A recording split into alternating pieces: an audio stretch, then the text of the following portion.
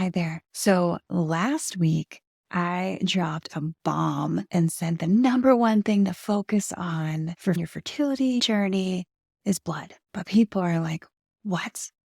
How do you focus on your blood? Okay, hear me out.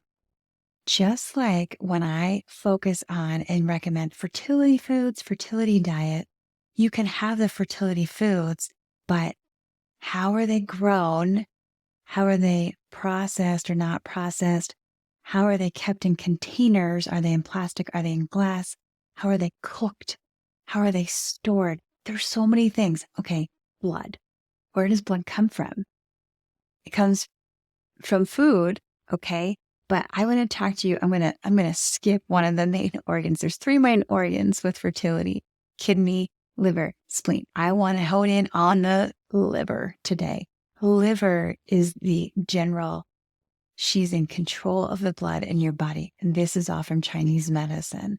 So what will happen if there's not enough blood, if there's blood clotting, if there's too much blood and it won't stop? All of this is controlled by the liver. The liver stores the blood and it also regulates the blood. If you have an irregular cycle, there could be choppiness in the circulation. That's because there's something going on from a Chinese medicine perspective with your liver. It does not mean there's something from a Western medical perspective, but sometimes they do overlap. Okay, but back to Chinese medicine, because this is so crucial. We want to look at the container and the health of the container of your blood. That's where I'm at today. To store the blood, when your liver is happy. Have you seen, what is that movie, Inside Out, or Anger?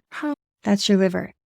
If your liver is angry, that's the emotion. There's emotions connected with each organ in the body. Liver, when it's out of balance, is angry. So anger, resentment, frustration. And the biggest connection to fertility health would be unfulfilled desire. Drop in the comments if you're like, you can feel it. Sighing, that cools off the liver. Okay, so irregular cycle, menstrual difficulties, painful, endometriosis, all of these things are tied in with the condition or the health of our livers. The fluids associated with liver are tears.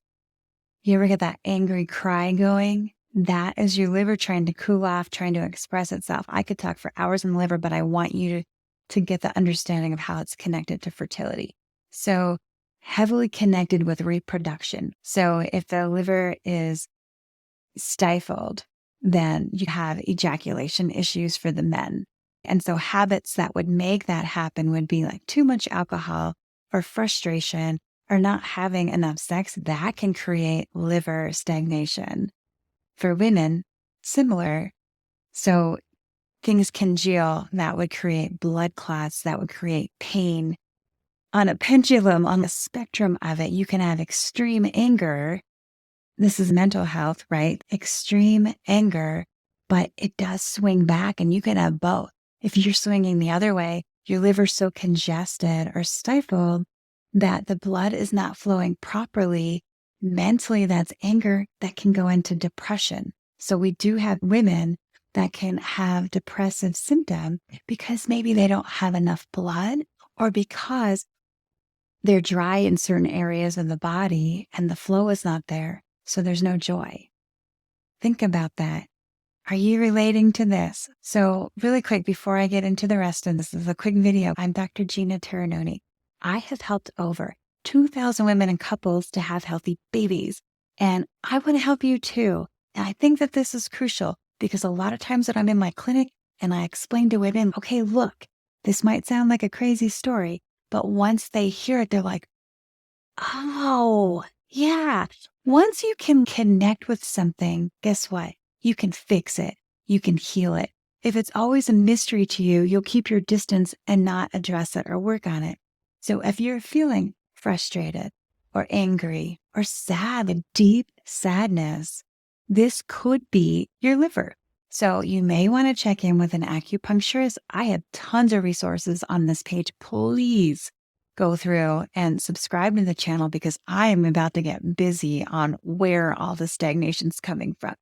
When your liver's free flowing, it's creative. And what do we create as women? What's one of the things that we're focused on here? Babies, nourishment.